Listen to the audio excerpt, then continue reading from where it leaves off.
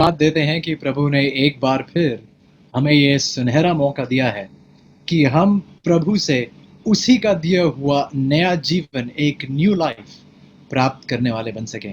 आइए अपने स्वरों को झुकाएंगे और विनती करेंगे कि प्रभु हमारी अपनी पवित्र आत्मा के द्वारा इस पढ़ाई में हमारी अगुवाई करें। आइए प्रार्थना करें। प्यारे खुदावंद, बहुत शुक्रगुजार हैं इस मौके के लिए। प्रभु जी, ये हमारा आदर है। मेरा दिल खुश है ये जानकर कि आप हमें अपना वचन सिखाना चाहते हैं। जब मैं पदस्थलों को देखता हूँ जिनको आज हम पढ़ने जा रहे हैं, तो प्रभु आज बहुत मज़ा आने वाला है। क्यों? क्योंकि हम प्रभु की मौजूदगी में हैं। क्यों? क्योंकि हमारा दिल प्रसन्न हो उठेगा ये जानकर कि प्रभु हमसे बात कर रहा है और प्रभु की सामर्थ्य में हम सब जयवंत हो सकते हैं।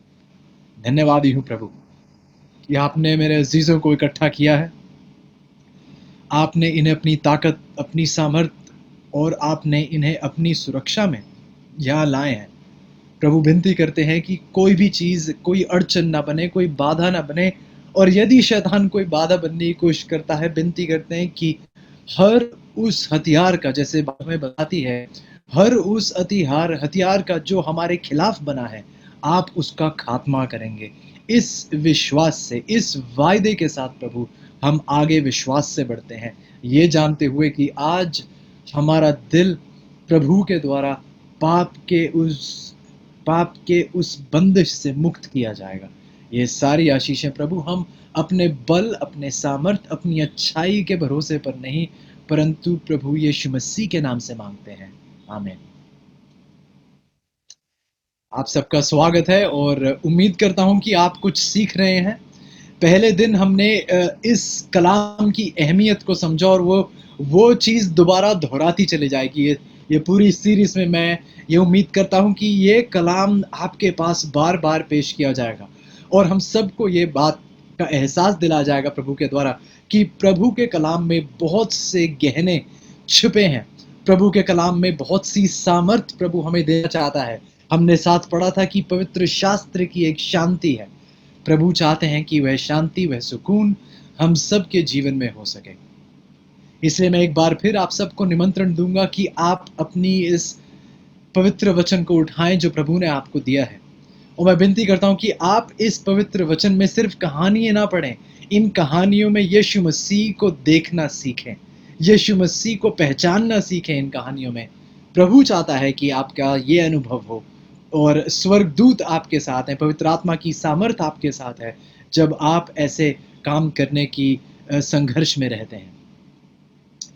बहुत शुक्रगुजार हूँ इस मौके के लिए। बहुत ही अहम मुद्दा है आज का हमारे लिए पढ़ने के लिए, और हम चाहेंगे कि आप सब लगातार प्रार्थना करते रहें कि प्रभु हमें अपनी सच्चाई की गहराइयों में लेता ही चला जाए, ताकि हम उसकी इस सच्चाई को जानकर, उसकी इस मुक्ति को प्राप्त कर कर दूसरों के साथ भी ये सच्चाई साझा करने वाले बन सकें।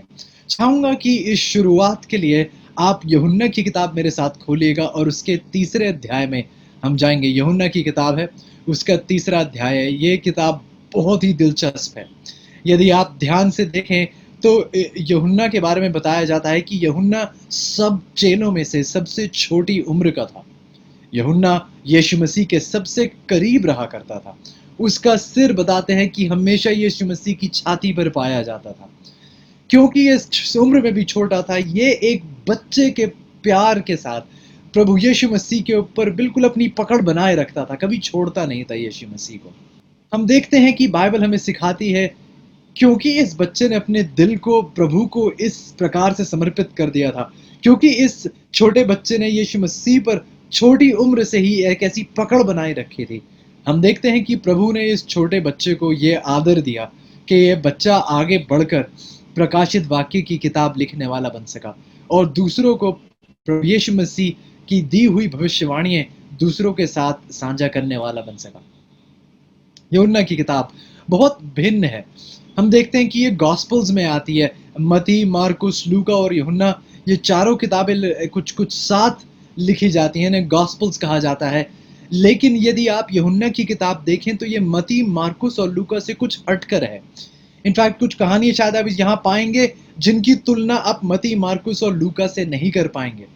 मती, मार्कुस और लूका में आप देखेंगे कि कुछ कहानियां रिपीट होती हैं, कुछ कहानियां दोहराई जाती हैं और आप देखते हैं कि अरे ये कहानी मैंने मती में भी पढ़ी थी, और मार्कुस उस कहानी को दोहरा रहा है।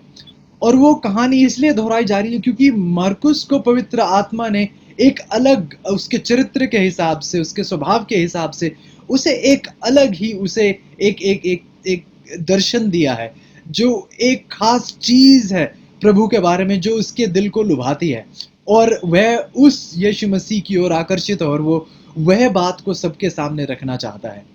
इसलिए प्रभु चाहते हैं कि जब भी ये की कहानियां दोहराई जाएं, आप ये मत सोचिए कि ये कहानी मैं पढ़ चुका हूँ दूसरी किताब में, तो मुझे अब पढ़ने की जरूरत नहीं है। नहीं, जब ये कहानियां दोहराई जाती हैं आप ध्यान दीजिएगा, क्योंकि प्रभु आपको उसमें से कुछ सिखाना चाह रहे हैं। ये बहुत अहम कहानियां हैं, प्रभु का शुभ संदेश है, और प्रभु चाहता है कि आप इसको बेहतर समझ सकें।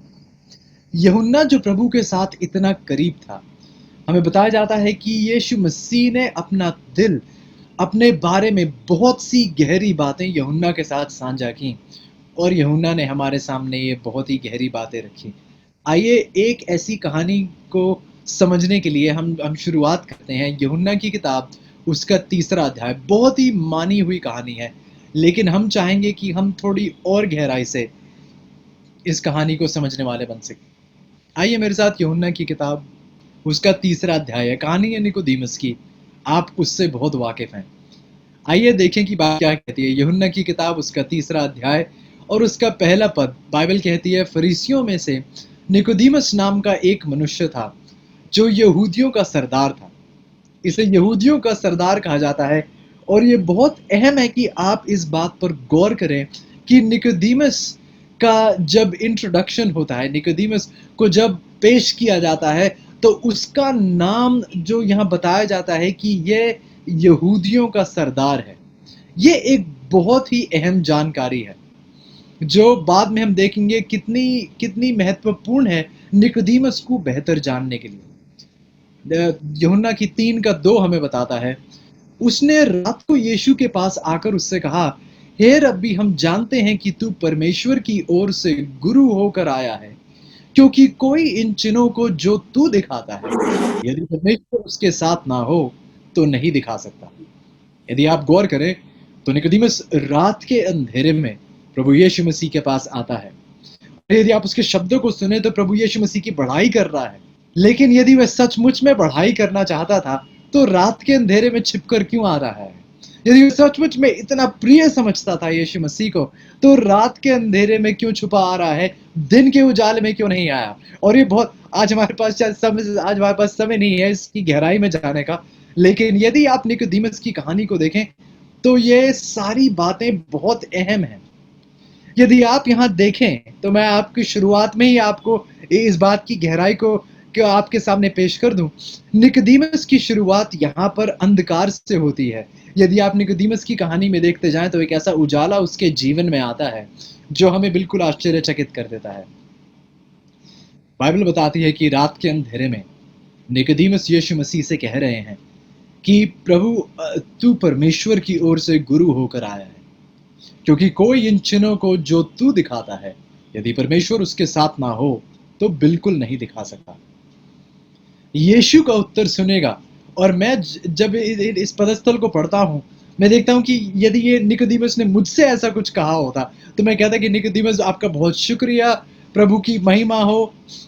मैं नहीं सोच रहा था कि मेरे इन सारे कामों को, ये सारी अच्छी सीख को कोई सुन भी रहा होगा। लेकिन जिस प्रकार से आपने एक एक एक दिलचस्पी दिखाई है, जिस प्रकार से आपने एक प्रशंसा दिखाई है, मैं उस बात से बहुत खुश हूं।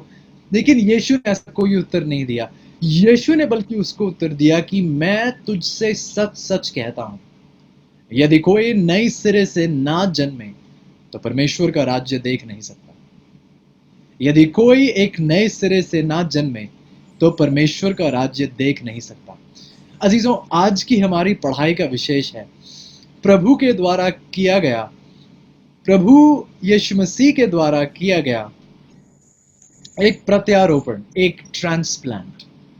बहुत सुना होगा कि आजकल की इस तकनीकी दौर में जब हम जी रहे हैं, बहुत से लोग बीमार पड़ जाते हैं, कोई कोई उनके शरीर का कोई बॉडी पार्ट जो है वह कमज़ोर पड़ जाता है और फिर वो एक ट्रांसप्लांट को ढूँढते हैं।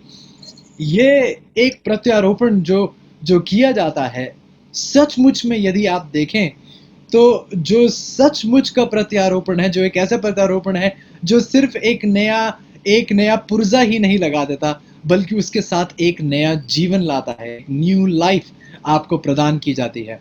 ये सिर्फ़ यीशु मसीह कर सकते हैं। निकोदेमुस की कहानी इस बात का इतना बड़ा सबूत है। इसलिए निकोदेमुस की कहानी में आज हम जा रहे हैं और निकोदेमुस की कहानी के द्वारा हम देखेंगे कि प्रभु हमें उद्धार के लिए कैसे कदमों को हमारे सामने रखते हैं। तो आइए मेरे साथ गौर कीजिएगा, निकोदेमुस की कहानी के द्वारा हम उद्धार के उस मार्ग के ऊपर जो कई सारे स्टेप्स आते हैं, जो कई सारे कदम हमें चलने होते हैं, वो हमारे सामने किस प्रकार रखे जाते हैं। चाहूंगा कि आप बहुत गौर दें इस कहानी पर। निकोदेमुस रात के अंधेरे में आया, वह डरता है। यदि दिन में आए, क्योंकि वो यहूदियों का सरदार है, यदि वह दिन में आया तो ये शायद उसकी नौकरी उससे छीनी जाए। यदि उसने दिन में आकर यीशु मसीह की प्रशंसा की, तो शायद सब लोग कहने लगेंगे कि ये भी उसका चेला बन चुका है। तो बहुत दिलचस्प ये कहानी है। वह आता है, यीशु मसीह से बड़ी-बड़ी बातें करता है और यीशु मसीह कह रहा है, देखो, उसने कहा कि मुझे यह कोई प्रशंसा नहीं चाहिए, बल्कि मैं आपसे ये बताना चाहता हूँ, यदि आप नए सिरे से ना जन्मे, तो आप परमेश्वर के राज्य को देख नहीं सकते। ध्यान से सुनिएगा अजीजों, निकोदेमुस, देखना छोड़िए, निकोदेमुस एक कॉन्वर्सेशन बनाना चाह रहा है, एक एक वार्तालाप खड़ा करने की कोशिश कर रहा है। निकोदेमुस की ये कोशिश है कि वह कोई रूहानी बातचीत में यीशु मसीह को एंगेज कर सके, यीशु मसीह के साथ कुछ कुछ रूहानी गहरी बातें कर सके। ये उसका संघर्ष है, ये उसकी कोशिश है। लेकिन यदि आप ध्यान से देखें, तो यीशु मसीह कह रहे हैं कि निकोदेमुस, मैं आपको ये बताना चाहता हूं कि हम ये कॉन्वर्सेशन नहीं कर सकते। जिस गहरी बातचीत में आप जाना चाह रहे हैं, आप एक बहुत बड़ी-बड़ी रूहानी बातें कर रहे हैं, लेकिन सच्चाई तो ये है कि यदि आप एक नए सिरे से ना जन्मे, तो आप प्रभु का राज्य नहीं देखेंगे। आप बड़ी प्रशंसा की बातें कर रहे हो और ये सब कर रहे हैं, मैं आपका समय बचा देता हूँ। मैं आपको सीधे ही बता देता हूँ कि यदि आप एक नए सिरे से ना जन्मे, तो आप प्रभु का राज्य पहुँचने के लिए तो बहुत दूर की बात है, आप उस राज्य को देख भी नहीं पाएँगे, उस राज्य को नहीं समझ पाएँगे। निकोदेमुस, आप मेरे साथ एक बहुत गहरी बातचीत करना चाहते हैं, एक बहुत गहरी डिस्कशन में जाना चाहते हैं, लेकिन आप उस डिस्कशन के लिए तैयार नहीं हैं। अजीजों, ठीक इसी प्रकार से, बहुत ध्यान से सुनिएगा, ठीक इसी प्रकार से हम कई बार किसी रात के अंधेरे में आते हैं और हम चाहते हैं कि प्रभु हमसे कुछ बात करे, लेकिन यहाँ पे कलीसिया में तो हम बोल देंगे, लेकिन सबके सामने नहीं बोल सकते। हाँ, बाइबल स्टडी में आके तो ये बातें सुन लेंगे और गीत गा लेंगे और पदस्थल पढ़ लेंगे, लेकिन दूसरों के सामने हम दिखाने से डरते हैं। पता नहीं, कुछ लोगों के लिए कहीं नौकरी ना छूट जाए, कहीं ये ना हो जाए, वो ना हो जाए। यीशु मसीह कह रहे हैं, अजीजों ध्यान से सुनिएगा, वह कह रहे हैं कि आप इन प्रभु के राज्य को समझना तो छोड़िए, आप पहुंचना तो छोड़िए, आप उसे देख भी नहीं सकते, आप समझ भी नहीं सकते जब तक आप एक नए सिरे से ना जन्मे जाएं। निकोदेमुस को इस बात का एहसास होना जरूरी है कि निकोदेमुस की सच्ची हालत कैसी है। और अजीजों, ये बहुत ही एक अहम सीख है। इस पर हम थोड़ी देर में और गहराई से एक दूसरे व्यक्ति के जीवन के द्वारा इस सच्चाई को और गहराई से समझने की कोशिश करेंगे। आइए मेरे साथ आइएगा दोबारा यूहन्ना की किताब, उसका 3रा अध्याय। और निकोदेमुस ने 4थे पद में यीशु मसीह से कहा, मनुष्य जब बूढ़ा हो गया तो क्यों कर जन्म ले सकता है? क्या वह अपनी माता के गर्भ में दूसरी बार प्रवेश करके जन्म ले सकता है? निकोदेमुस यीशु मसीह से सवाल पूछ रहे हैं कि एक नए सिरे से जन्मना ये कैसे हो सकता है? यीशु ने उत्तर दिया 5वें पद में कि मैं तुझसे सच सच कहता हूं, जब तक कोई मनुष्य जल और आत्मा से ना जन्मे, तो वह परमेश्वर के राज्य में प्रवेश नहीं कर सकता। 6ठे पद में देखिए यीशु मसीह क्या कहते हैं, क्योंकि जो शरीर में जन्मा है वह शरीर है, और जो आत्मा में जन्मा है वह आत्मा है। अचंबा न कर कि मैंने तुझसे कहा कि तुम्हें नए सिरे से जन्म लेना अवश्य है। तो अचंबा मत कर कि मैंने आपसे ये कहा है। मैं आपको समझाऊंगा यदि आप तैयार हैं। ध्यान से सुनिएगा अजीजों। हवा जिधर चाहती है उधर चलती है। तू उसका शब्द सुनता है परंतु नहीं जानता कि वह कहां से आती है और किधर को जाती है। जो कोई आत्मा से जन्मा है वह ऐसा ही है। निकोदेमुस, आपको एक नए सिरे से जन्मने की जरूरत है। आपको एक न्यू लाइफ की जरूरत है। लेकिन निकोदेमुस, आप में ये ऐसा संभव नहीं है जब तक, ध्यान से सुनिए, जब तक आप ये ना समझें कि पवित्र आत्मा किस प्रकार से काम कर रही है। हवा जिधर चाहती है उधर चलती है। आप ना बता सकते हैं वह कहां से आ रही है, आप ना बता सकते हैं वह कहां जा रही है। लेकिन मैं सवाल पूछता हूं कि आपको कैसे पता कि हवा चल रही है? आपको पता है बाहर देखकर हवा चल रही है क्योंकि आप देखते हैं कि पत्ते हिल रहे हैं, टहनियां हिल रही हैं, तेज हवा में वृक्ष पूरा हिल रहा है। और अजीजों देखिए, यही निकोदेमुस की मुसीबत थी। बहुत ध्यान से सुनिएगा। और यही आपकी और मेरी मुसीबत है। यदि हम चाहते हैं कि प्रभु हमारा प्रत्यारोपण करे, हमें एक नया दिल दे, हमें एक नया स्वभाव दे, हमें एक नई जागृति दे, एक नया जीवन दे, तो अजीजों ये समझना बहुत ही महत्वपूर्ण है कि निकोदेमुस की कहानी में प्रभु बताते हैं कि हमारी मुसीबत क्या है, हमारी अड़चन क्या है, हमारी तकलीफ क्या है। हमारी तकलीफ ये है, ध्यान से सुनिए। निकोदेमुस, आप बाहर देखते हैं, आपको कैसे पता हवा चल रही है? क्योंकि पत्ते हिल रहे हैं, टहनियां हिल रही हैं। निकोदेमुस, तुम्हारी दिक्कत यह है कि तुमको सरदार बनने की आदत पड़ गई। आपको संचालक होने की आदत है। आपको ये आदत है कि आप हुक्म दें और लोग ये करें, ये करें, ये करें। आपको आदत पड़ चुकी है कि आपके आदेश का पालन आपके आसपास के सारे लोगों को करने की जरूरत है। निकोदेमुस, सच्चाई तो यह है कि आप नए सिरे से तब तक नहीं जन्मे जा सकते।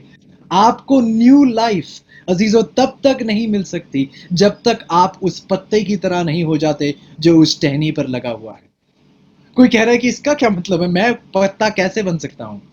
ध्यान से सुनेगा कि एक रूहानी उदाहरण आपके सामने रखा जा रहा है। एक दृष्टांत आपके सामने, एक प्रतीक आपके सामने रखा जा रहा है, एक पत्ते का जो टहनी पर लगा हुआ है। यदि ये पत्ता कहने लगे कि मैं कहीं नहीं हिलूंगा, मैं यहीं पे खड़ा रहूंगा, जितनी हवा चले चलती रहे, तो ये पत्ता उस हवा की ताकत को, उस हवा की लहर को नहीं महसूस कर पाएगा। लेकिन जब हवा चलती है, पत्ता अपने आप को बिल्कुल छोड़ देता है हवा के हाथ में। जहां हवा है उसे उड़ाती है। पत्ता पत्ता टहनी तो उसी दिशा में, जिस तरफ हवा जा रही होती है, टहनी उसी दिशा में चल देती है। निकोदेमुस, आपकी मुसीबत है अजीजों, हमारी मुसीबत है। हमें अपने राह चलने की आदत है। हमें पवित्र आत्मा के द्वारा दिखाए हुए रास्ते में चलने की आदत नहीं। हम ढीठ हैं। हम वो ढीठ टहनी है जो कहता है मैं कहीं नहीं जा रहा, मैं यहीं खड़ा रहूंगा, ये मेरी मर्जी है। अजीजों, निकोदेमुस की ये मुसीबत है, वह नहीं जानता है उसको प्रभु की कितनी जरूरत।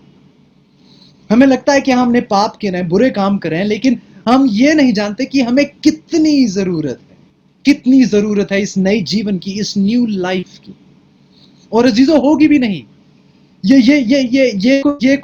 ये कोई जादू टोना नहीं है अजीजों, ये प्रभु का कार्य है, ये पवित्र आत्मा की योजना है। और ये तब तक आपके जीवन में महसूस नहीं हो सकती जब तक आप उस टहनी की तरह ये ना कह दें कि अब मेरी मर्जी नहीं प्रभु, सिर्फ आपकी मर्जी है। ये एहसास अपने आप में होना, ये विश्वास होना, ये बल्कि एक एक एक एक प्रभु के सामने इस बात को कबूल करना कि प्रभु मैं एक पापी हूं। रोमियो की 3:23 में बाइबल हमें बताती है कि सब प्रभु की महिमा से रहित है। ऑल हैव सिन्ड, सब ने पाप किया है, सब ने पाप किया है। रोमियो की 6:23 हमें बताती है कि पाप की मजदूरी क्या है? मौत है। रोमियो की 3:23 हमें बताती है कि सब ने पाप किया है। 6:23 रोमियो की हमें बताती है कि पाप की मजदूरी मौत है।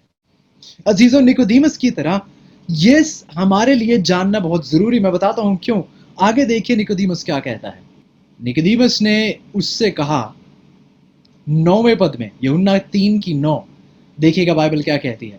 उसने, निकोदेमुस ने उत्तर दिया, ये बातें क्यों कर हो सकती हैं?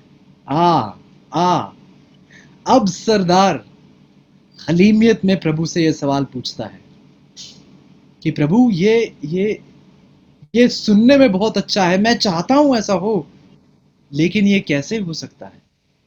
इस सवाल का जवाब निकोदेमुस के पास नहीं था। बहुत ज्ञानी था, शास्त्र उसे रटे हुए थे कई सारे, लेकिन फिर भी बाइबल बताती है उसने अपने आप को नम्र किया और यह कबूल किया कि मैं नहीं पहचानता कि ये चीज किसी के जीवन में कैसी होती है। अजीजों, ये बहुत जरूरी है कि हम जाने, पहचाने कि सच्चाई के, उद्धार के इस मार्ग पर चलते हुए हमारे जीवन किस प्रकार व्यतीत होना चाहिए। सबसे पहला एहसास ये होना चाहिए कि हम में ये एहसास आना चाहिए, यदि हम सचमुच में एक नया जीवन प्राप्त करना चाहते हैं तो हम में सबसे पहले इस बात का ज्ञान होना चाहिए कि कबूलनामा होना चाहिए कि हाँ, मैं पापी हूं, हाँ मैंने पाप किया। ये कबूलनामा बहुत जरूरी है। आइए दाऊद की कहानी में थोड़ी देर के लिए जाएंगे। दाऊद की कहानी है, दूसरे सैमुएल में आप इसकी कहानी को पाएंगे। दूसरे सैमुएल में आप मेरे साथ जाइएगा। दूसरे शमूएल की किताब है और इसका 12 अध्याय मेरे साथ खोलिएगा। दूसरे शमूएल की 12 मेरे साथ खोलिएगा। ये तब की बात है जब जब दाऊद अपनी छत पर था। उसने बतशीबा को देखा, उसने अपनी नजरें नहीं उठाई, यूं उसने किसी और की पत्नी को लिया, व्यभिचार किया। और उसके बाद की बात है, हम देखते हैं कि उसने यूराया की मौत करवाई है। हम देखते हैं उसने किसी और की पत्नी को अपनी पत्नी बना लिया है। इन सब के बाद हम पढ़ते हैं दूसरे शमूएल के 12 अध्याय में। ये बहुत ही दिलचस्प कहानी है। दूसरे शमूएल के 12वें अध्याय में पहले पद में बाइबल कुछ इस प्रकार कहती है, तब यहोवा ने दाऊद के पास नतान को भेजा, नेथन को भेजा, और वह उसके पास जाकर कहने लगा, एक नगर में दो मनुष्य रहते थे। ध्यान से सुनिएगा, दो मनुष्य रहते थे, जिनमें से एक धनी और एक निर्धन था। धनी के पास तो बहुत सी भेड़ बकरियां और गाय बैल थे, परंतु निर्धन के पास भेड़ की एक छोटी बच्ची को छोड़ और कुछ भी ना था, और उसको उसने मोल लेकर जिलाया था, और वह उसके यहाँ उसके बाल बच्चों के साथ ही बड़ी थी। वह उसके टुकड़े में से खाती और उसके कटोरे में से पीती, उसकी गोद में सोती थी और वह उसकी बेटी के समान थी। चौथा पद, धनी के पास एक बटोही आया और उसने उस बटोही के लिए, जो उसके पास आया था, भोजन बनवाने को अपनी भेड़ बकरियां व गाय बैलों में से कुछ ना लिया, परंतु उस निर्धन मनुष्य की भेड़ की बच्ची लेकर उस जन के लिए जो उसके पास आया था भोजन बनवाया। पांचवा पद, तब और उसका वह भेड़, तब दाऊद को, पांचवें पद में लिखा है, तब दाऊद का कोप उस मनुष्य पर बहुत भड़का। उसने नातान से कहा, यहोवा के जीवन की शपथ, यहोवा के जीवन की शपथ, जिस मनुष्य ने ऐसा काम किया है वह प्राण दंड के योग्य है। तो मैं चाहूंगा कि आप बहुत गौर करें। हम ये कहानी जानते हैं, मैं जानता हूं आप और मैं ये कहानी जानते हैं, लेकिन मैं आपके सामने एक कहानी नहीं सुना रहा हूं। मैं चाहता हूं कि हम इसमें यीशु मसीह को परखना, यीशु मसीह को बल्कि पहचानना सीखें। क्या आपने कभी ये सोचा है कि नतान ने इसी दृष्टांत का इस्तेमाल क्यों किया? नतान सीधे सीधे बोल सकता था कि दाऊद, आपने ऐसे गलत काम किए हैं, आपको ऐसा नहीं करना चाहिए था। लेकिन नतान को यीशु मसीह ने, नतान को बल्कि पवित्र आत्मा ने इन शब्दों का प्रयोग क्यों करवाया उसके लिए? नतान ने कहां से शुरुआत की कि एक व्यक्ति के पास बहुत सी भेड़, बहुत सी गाय बैल थी, लेकिन एक दूसरे व्यक्ति के पास सिर्फ एक छोटा मेमना था, सिर्फ एक छोटा मेमना। और ये व्यक्ति जिसके पास कितना कुछ था, इसने ये एक चरवाहे से, जिसके पास एक छोटी सी एक मेमना था, उसने उससे वो इकलौता मेमना ले लिया। नतान ने इन शब्दों का प्रयोग किया, इस दृष्टांत का प्रयोग क्यों किया? ध्यान से सुनेगा। क्योंकि दाऊद खुद एक चरवाहा हुआ करता था।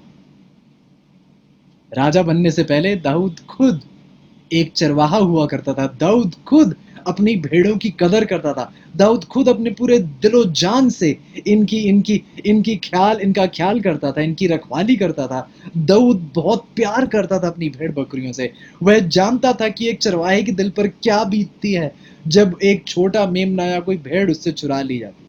ये बात दाऊद को चोट पहुंचाई।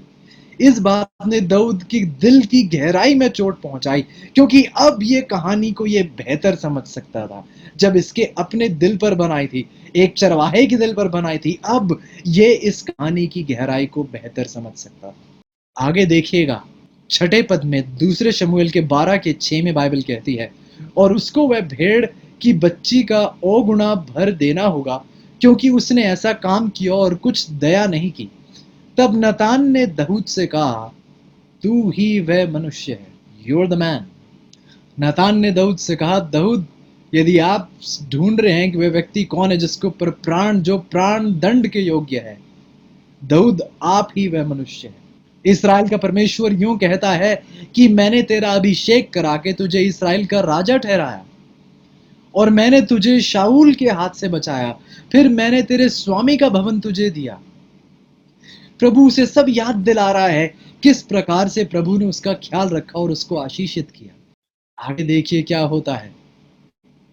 13 पद में बाइबल बताती है, तब दाऊद ने नतान से कहा, मैंने यहोवा के विरुद्ध पाप किया है। मैंने यहोवा के विरुद्ध पाप किया है। अजीजों, सच्चाई यह है कि ठीक जिस प्रकार प्रभु ने नतान को दाऊद के पास भेजा, उसको इस बात का एहसास दिलाने के लिए चुने हुए शब्दों में, एक चुनी हुई दृष्टांत के द्वारा, ताकि दाऊद के अपने दिल में यह एहसास हो उसने क्या किया है। ऐसा नहीं है कि उसे ज्ञान नहीं था उसने क्या किया है, लेकिन प्रभु का यह संघर्ष था कि दाऊद को किसी तरीके से इस बात का एहसास दिलाया जाए। कोई ऐसी कहानी को, ऐसे दृष्टांत को, कोई ऐसी घटना जिसके द्वारा दाऊद खुद अपने दिल में समझ सके, और यह दृष्टांत ने उस काम को अंजाम दिया। जब इस चरवाहे के दिल पर यह चोट पहुंची, जब उसने सोचा कि अरे उस चरवाहे पर क्या बीती होगी, उसके पास एक ही मेमना था और उससे वो भी चुरा लिया गया, तब जाकर उसको समझ आई कि यह तो मैंने किया है। मेरा वफादार था यूराया, मेरा वफादार था। ओ अजीजों, हम इसी कहानी पे बहुत समय बिता सकते हैं, लेकिन हमारे पास समय नहीं है। आपको याद होगा कि यूराया जब जब जब जब जंग के मैदान से वापस लौटा, जब लौटा तो दाऊद ने उसे शराब पिलाई। ध्यान से सुनिए, इस कहानी को भूलिएगा मत, ध्यान से गौर से सुनिएगा। दाऊद ने उसे शराब पिलाई और कहा, जाओ अपने पत्नी के पास जाओ।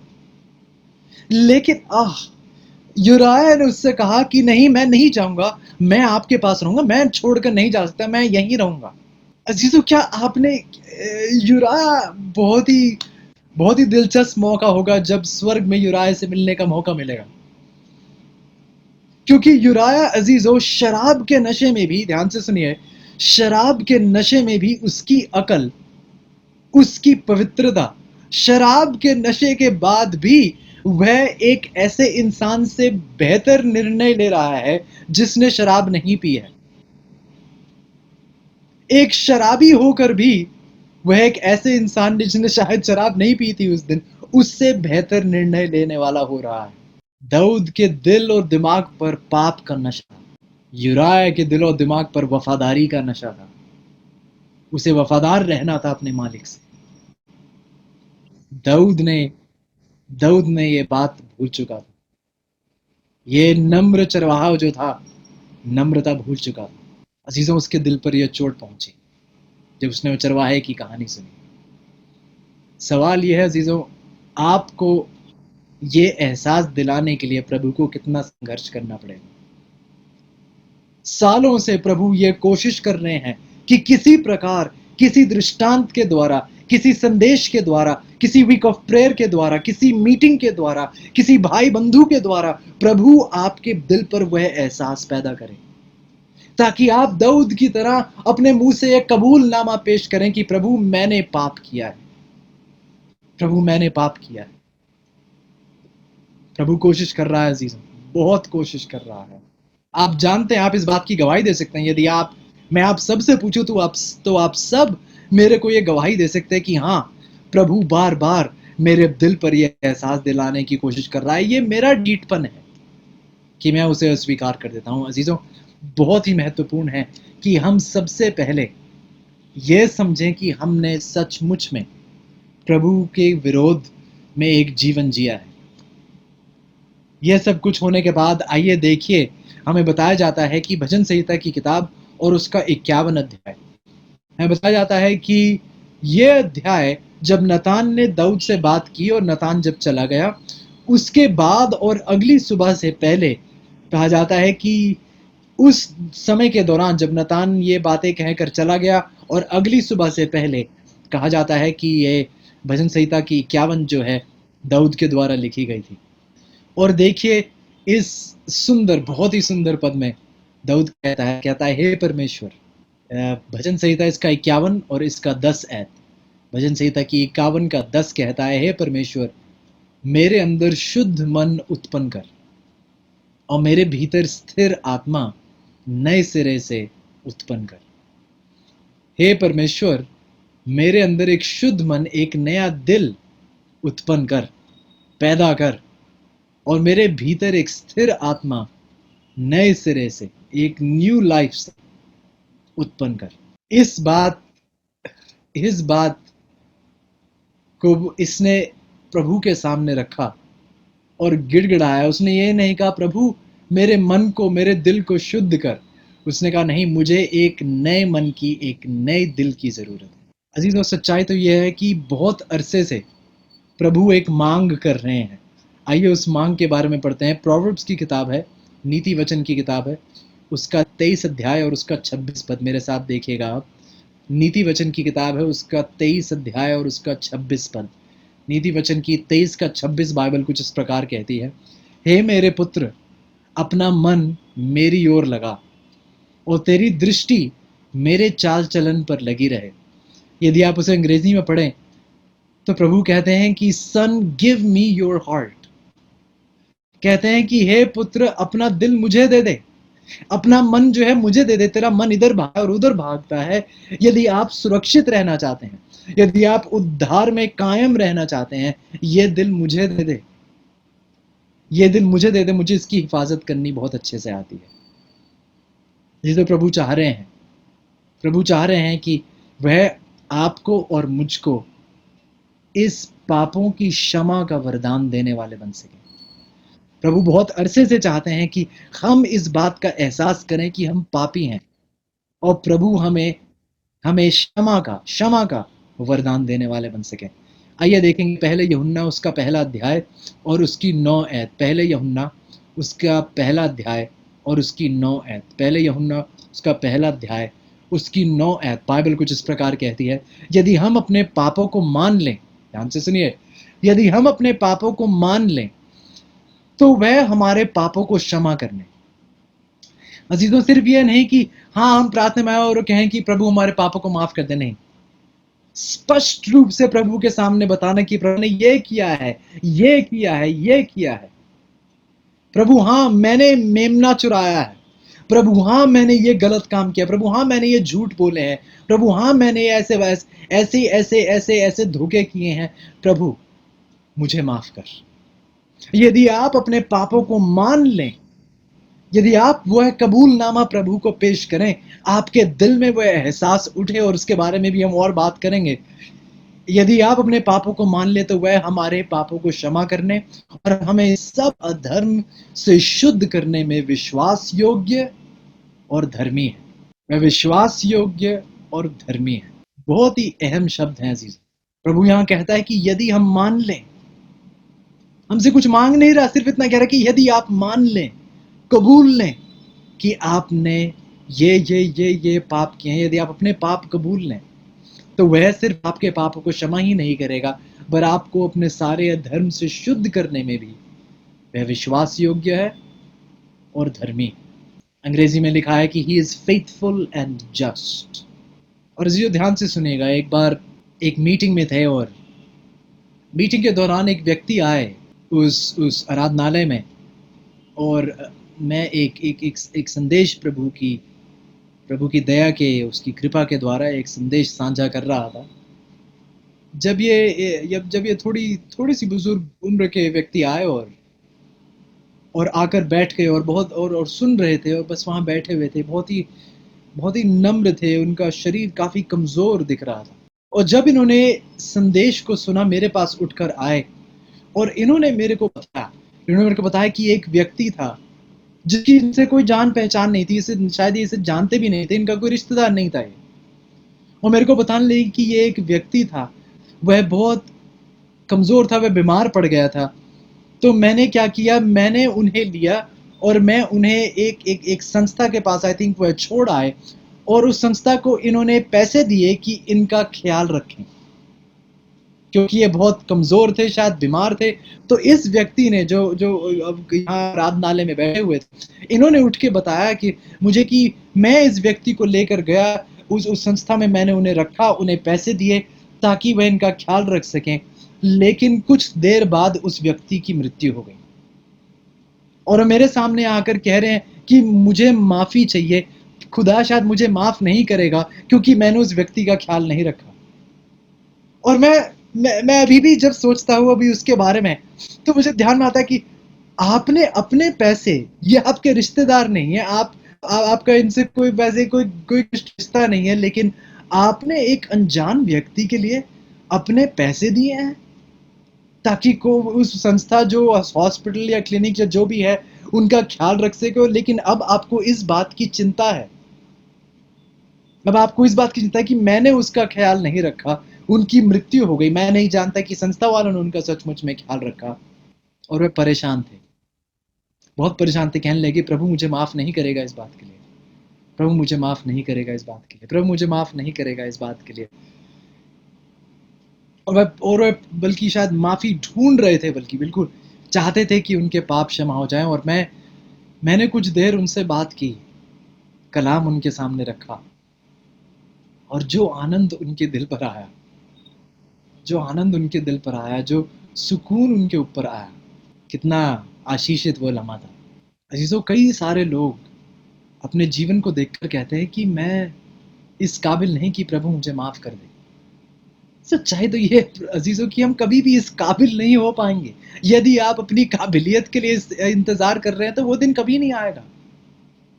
प्रभु कहते हैं मुझे सिर्फ आपका कबूलनामा चाहिए, यदि आप कबूल लें तो मैं ये काम करूंगा। और लेकिन आगे देखिए क्या कहते हैं कि मैं सिर्फ क्षमा ही नहीं, आपको अधर्म के कामों से शुद्ध करने में दो बात है, मैं विश्वास योग्य हूं और धर्मी हूं।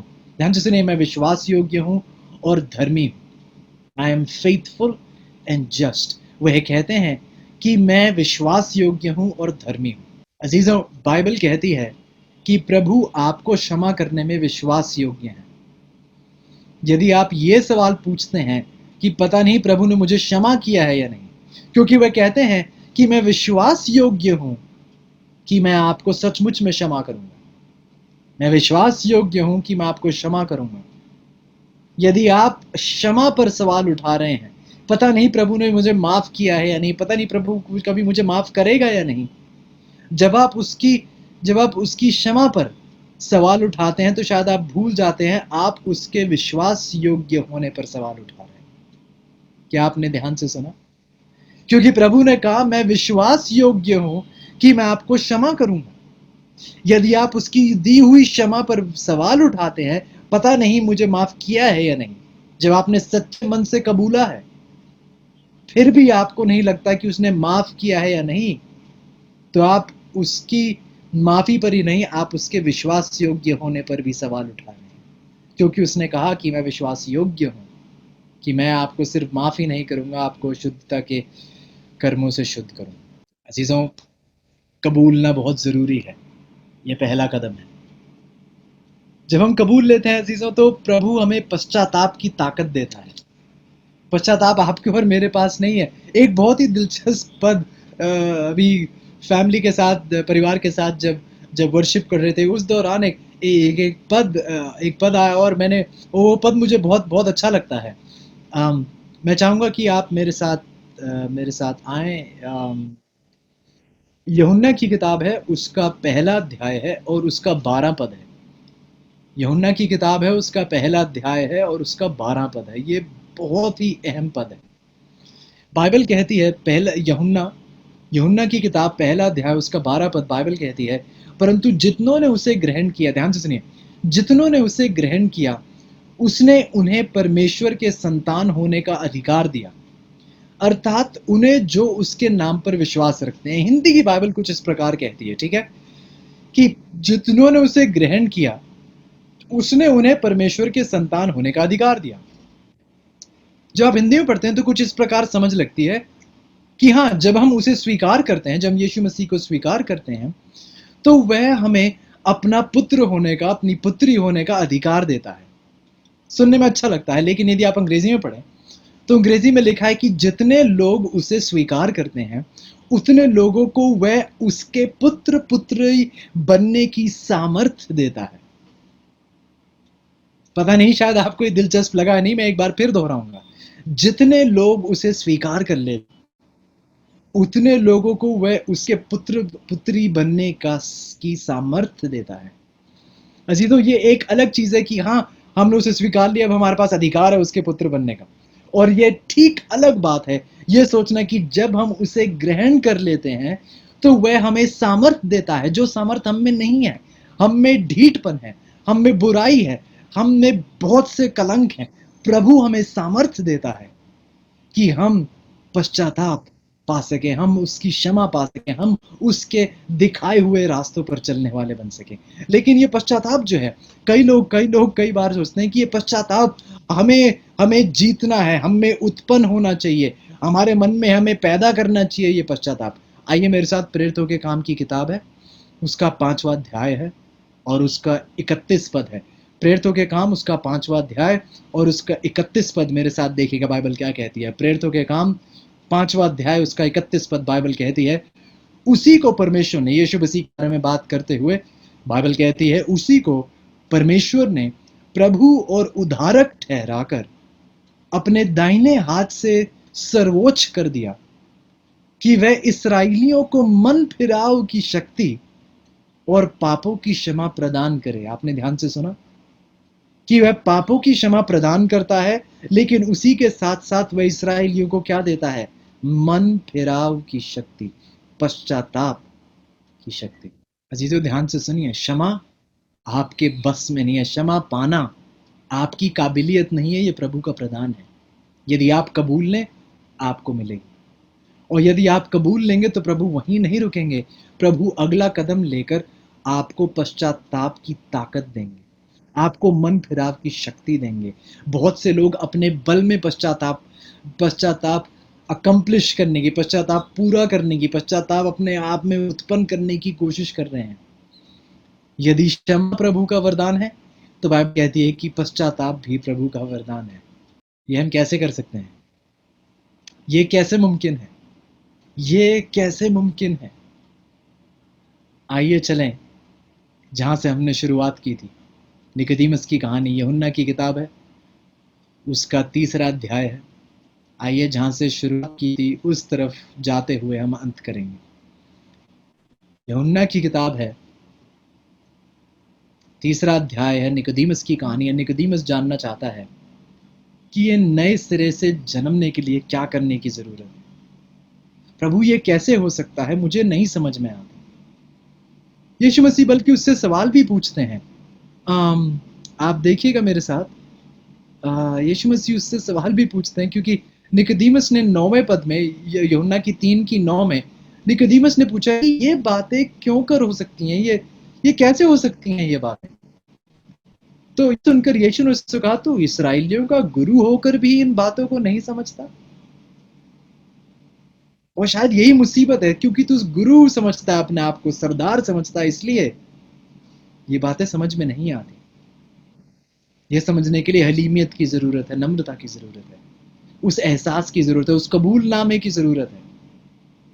और अब जब इसने ये कबूलनामा किया और कहा कि प्रभु ये मेरी समझ के बाहर है, ये कैसे हो सकता है, ये अच्छा है, मुझे चाहिए, लेकिन ये कैसे प्राप्त कर सकता हूं। तो यीशु ने उत्तर दिया 14 पद में। यीशु ने 14 पद में इस बात का उत्तर दिया कि एक नए सिरे से इंसान कैसे जन्मा जाता है। उसने कहा, जिस रीति से मूसा ने जंगल में सांप को ऊंचे पर चढ़ाया, उसी रीति से अवश्य है कि मनुष्य का पुत्र भी ऊंचे पर चढ़ाया जाए। देखिए, अब तक तो निकोदेमुस की समझ में ये बातें नहीं आ रही थी, लेकिन ये अगली कहानी निकोदेमुस बहुत अच्छे से जानता था। मूसा की कहानी, हाँ, ये तो रटी हुई है, मुंह जबानी रटी हुई है। ये कहानी बहुत अच्छे से मुझे आती है, हाँ इसके बारे में बताइए। और प्रभु ने कहा, तेरे को याद है कि मूसा ने, आपको याद है कि मूसा ने जब जंगल में, गिनती की किताब में आप इस कहानी को पढ़ सकते हैं, यीशु मसीह ने बताया, आपको याद होगा कि जब मिस्र से निकलकर जब इस्राएली लोग उस जंगल के रास्ते में थे और प्रभु के खिलाफ कंप्लेन कर रहे थे, तो प्रभु ने सांप उनके पास आने दिए और सांप उनको काट रहे थे, उनका जहर इनकी नसों में जा रहा था, ये मर रहे थे। तो प्रभु ने मूसा से कहा था कि एक सांप को ऊंचे पर चढ़ा और जो कोई उसे देखेगा वह जिएगा, जो कोई देखेगा वह जी पाएगा। यीशु मसीह ने निकोदेमुस को सिखाया, आप जानना चाहते हैं कि एक नए सिरे से कैसे जन्मा जाता है? तो निकोदेमुस ध्यान रखिएगा कि जिस तरीके से मूसा ने एक सांप को ऊंचे पर चढ़ाया था, उसी रीति से अवश्य है कि मनुष्य का पुत्र भी ऊंचे पर चढ़ाया जाएगा। क्या आप नए सिरे से जन्मना चाहते हैं? तो जिस तरीके से लोगों ने उस सांप को जो जो जो ऊंचा चढ़ाया गया था उसे देखा और जिए, जिसने देखा वह जिया, ठीक उसी प्रकार से यदि आप एक नए सिरे से जन्मना चाहते हैं तो अपनी तरफ मत देखिए, उस मेमने की ओर देखिए जो आपके लिए बलिदान किया गया। अजीजों, यदि आप एक नए सिरे से जन्मना चाहते हैं, एक नया जीवन पाना चाहते हैं, क्षमा और पश्चाताप की ताकत पाना चाहते हैं, तो ये ताकत हम में नहीं है, ये सामर्थ हम में नहीं है, ये प्रभु का वरदान है। ये एहसास कहाँ से आएगा? शायद सबसे बड़ा सवाल तो ये है कि मैं चाहता हूं कि मेरे में वो एहसास आए जो दाऊद के दिल में उस दिन आया जब उसने उस दृष्टांत के बारे में सुना। मैं चाहता हूं कि मेरे जीवन में भी ये एहसास आए। यदि आप चाहते हैं वो एहसास, तो अजीजों इस वचन में देखिएगा उस मसीहा को जो आपके लिए क्रूस पर चढ़ाया गया था, जो उससे और ऊंचा उठाया गया और स्वर्ग लेकर गया, और आज जो स्वर्ग मंदिर में आपके और मेरे लिए प्रार्थना करता है, उस यीशु मसीह की ओर देखिएगा, उस यीशु मसीह की ओर अपनी नजर बढ़ाइएगा, और आप और मैं कभी भी एक जैसे नहीं रहेंगे। आप और मैं इस पुराने जीवन में बिल्कुल नहीं रहेंगे। एक ऐसा एहसास उत्पन्न होगा जो सिर्फ उसकी ओर देखने से होता है, क्योंकि ये उसका वायदा है, यदि आप देखोगे तो आप जियोगे। क्या आपने कभी कल्पना की है इस कहानी के बारे में? यदि मैं सांप का नाम लूं तो शायद मेरी बहनें तो वैसी डर जाती हैं। सांप का नाम लेते ही कुछ बहनें डर जाती हैं। मेरी माता बिल्कुल, जब भी जैसे नेशनल ज्योग्राफिक या कुछ पे जब कोई सांप आता है, मैं नहीं देख पाती, वो अपना मुंह बिल्कुल डर से बिल्कुल अलग कर देती, उन्हें नहीं देखना अच्छा लगता। तो देखना तो छोड़िए, यहाँ पर सांप काट रहे थे, यहाँ बहुत से, एक नहीं कई सारे सांप आकर इनको काट रहे थे इनके पैरों। मेरा सवाल ये है, प्रभु कह रहे थे कि सांप के काटने को मत देखो मेरी ओर, और हम सवाल पूछते हैं कि प्रभु ऐसा कैसे करते? क्या आप ऐसा कर सकते हैं कि आपके पैरों में सांप काट रहे हैं और आप कहीं और आराम से देख रहे हो? क्या आप कर सकते हैं ऐसे? सोचिए, कल्पना कीजिए, पैरों में सांप काट रहे हैं, क्या आप कहीं और देख सकते हैं? नहीं, ये आपकी बस एक नेचुरल एक डिसीजन है कि जब सांप काटेंगे मैं उसी की तरफ देखता रहूं। जहां घाव है मेरी नजर उस घाव पर ही बनी रहे, सदा उस घाव पर ही बने रहे। अरे क्या, कैसे काट लिया, कैसे फैल रहा है। यीशु ने निकोदेमुस को सिखाया। निकोदेमुस, अब निराश मत होइएगा कि आपको ये बात समझ में नहीं आती। निकोदेमुस, निराश मत होइएगा कि आप पाप के अंधकार में हैं। निकोदेमुस, इन बातों से निराश मत होइएगा। घाव से नजर हटाइए और मसीहा पर अपनी नजर टिकाइए। घाव से नजर हटाइए, उस सांप से नजर हटाइए जो सबको डसता है और पाप के जहर को सबकी नसों में डाल देता है। उस सांप से अपनी नजर हटाइए, उस घाव से, उस चोट से जहां आप पाप में गिरे हैं, वहां से अपनी नजर उठाकर उस मसीहा की ओर देखिए। जो देखेगा वह जिएगा, जो देखेगा एक नए सिरे से जन्म उठेगा। जैसे दाऊद को एहसास हुआ था, आपको एहसास होगा। जैसे उसने एक नया जीवन पाया, आप भी एक नया जीवन पाएंगे। यीशु मसीह आज आपसे कह रहे हैं, मेरा दिल मुझे दे दे पुत्र, मेरा दिल जो मैंने डाला है मुझे वापस दे दे, मुझे उसकी हिफाजत करनी आती है। यदि आप में वो एहसास नहीं है अजीजों, तो कोई बात नहीं। यदि आप में वो एहसास नहीं है तो कोई बात नहीं। मेरी बस आपसे एक विनती है, इस वचन को उठाइएगा, उस मसीहा को देखिएगा। जितने एहसास नहीं हुए हैं, मसीहा आपको उन बातों का एहसास दिलाएगा। जितने पापों का एहसास नहीं हुआ है, जिस अंधकार का आपको आज एहसास नहीं हो रहा है, उस वचन को उठाइएगा, मसीहा को देखिएगा, अंधकार से नजर हटाइए, इस रोशनी पर नजर डालिए। आपका जीवन कभी भी पुराने जैसा नहीं रहेगा। क्या आप चाहते हैं आपके जीवन में ये सच्चाई पूरी हो? क्या आप चाहते हैं अजीजों, प्रभु आपसे कुछ नहीं मांग रहा है।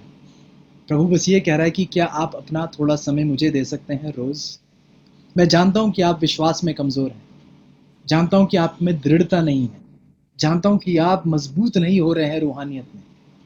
मेरी आपसे बस एक दर्दख्वास है, मसीहा कहता है, क्या आप थोड़ा समय निकाल कर मेरी ओर देखेंगे।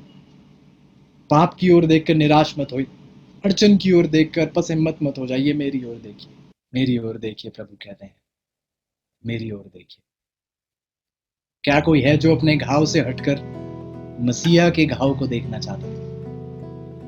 क्या कोई है जो अपनी चोट से हटकर उस मसीहा की चोट को देखना चाहता है जो हमारे लिए उसने ली, ताकि हम सदा के लिए पाप के उस बंदिश से मुक्त किए जाए। यदि आपकी इच्छा है, यदि आप कमजोर महसूस कर रहे हैं, पाप के अंधकार का आपको एहसास नहीं, इस वचन की ओर, इसमें उस मसीहा की ओर उसके साथ समय बिताइएगा। यदि आप उसे पहचानने वाले, उसके साथ समय बिताने वाले बन सकेंगे, आपके दिल में भी एक एहसास पैदा होगा, एक न्यू लाइफ आपको भी प्रभु देना चाहता है। यदि आपकी इच्छा है तो आइए मेरे साथ, मैं विनती करूंगा, यदि आप ऐसा कर सकते हैं, यदि आपके लिए मुश्किल ना हो तो मेरे साथ अपने घुटनों के बल आइएगा, ताकि हम प्रभु के साथ प्रार्थना करने वाले बन सकें। आइए प्रार्थना करें। प्यारे खुदावंद, बहुत शुक्रगुजार हैं इस मौके के लिए, इस बहुत बड़े आदर के लिए जो आपने हमें दिया है, इस खुशहाल मौके के लिए, इस आशीष के लिए कि हम एक बार फिर पढ़ सकते, इन गहरे पदस्थलों को समझ सकते, इस सच्चाई को बेहतर जानने वाले बन सकते। प्रभु, समय इतना कम है, समझने को और अमल करने को इतना कुछ है। प्रभु, आइए हमें हिम्मत और ताकत दीजिए, ताकि हम नजर अपने घाव से हटाकर यीशु मसीह की ओर लगाएं, क्योंकि जो देखेगा वह जिएगा, जो देखेगा वह जिएगा। प्रभु जी, आज जैसा आपने दाऊद के साथ किया, उसके जीवन में एक प्रत्यारोपण हुआ, वह पुराना पत्थर दिल हटाया गया, एक नया दिल प्रभु के द्वारा दिया गया। प्रभु, ये सिर्फ आप कर सकते हैं, इस बात को हम समझा नहीं सकते, हमें बस इतना बताया गया है कि आप देखिए और आप जिएंगे। जो एहसास नहीं है वह एहसास होगा, जो जीवन नहीं है वह जीवन मिलेगा, जो देखेगा वह जिएगा। चाहे जहर कितना गहरा ना चला गया हो, घाव चाहे जितना बिखर ना गया हो, टूट ना गया हो, दर्द से ना भरा हो, यदि हम देखेंगे तो हम जिएंगे। हमारी सहायता कीजिएगा प्रभु जी, हम निर्बुद्धि, निर्बल, आप सामर्थी, सर्वशक्तिमान, आपकी दया और कृपा पर हम अपनी पकड़ बनाकर यीशु मसीह के नाम से आमीन।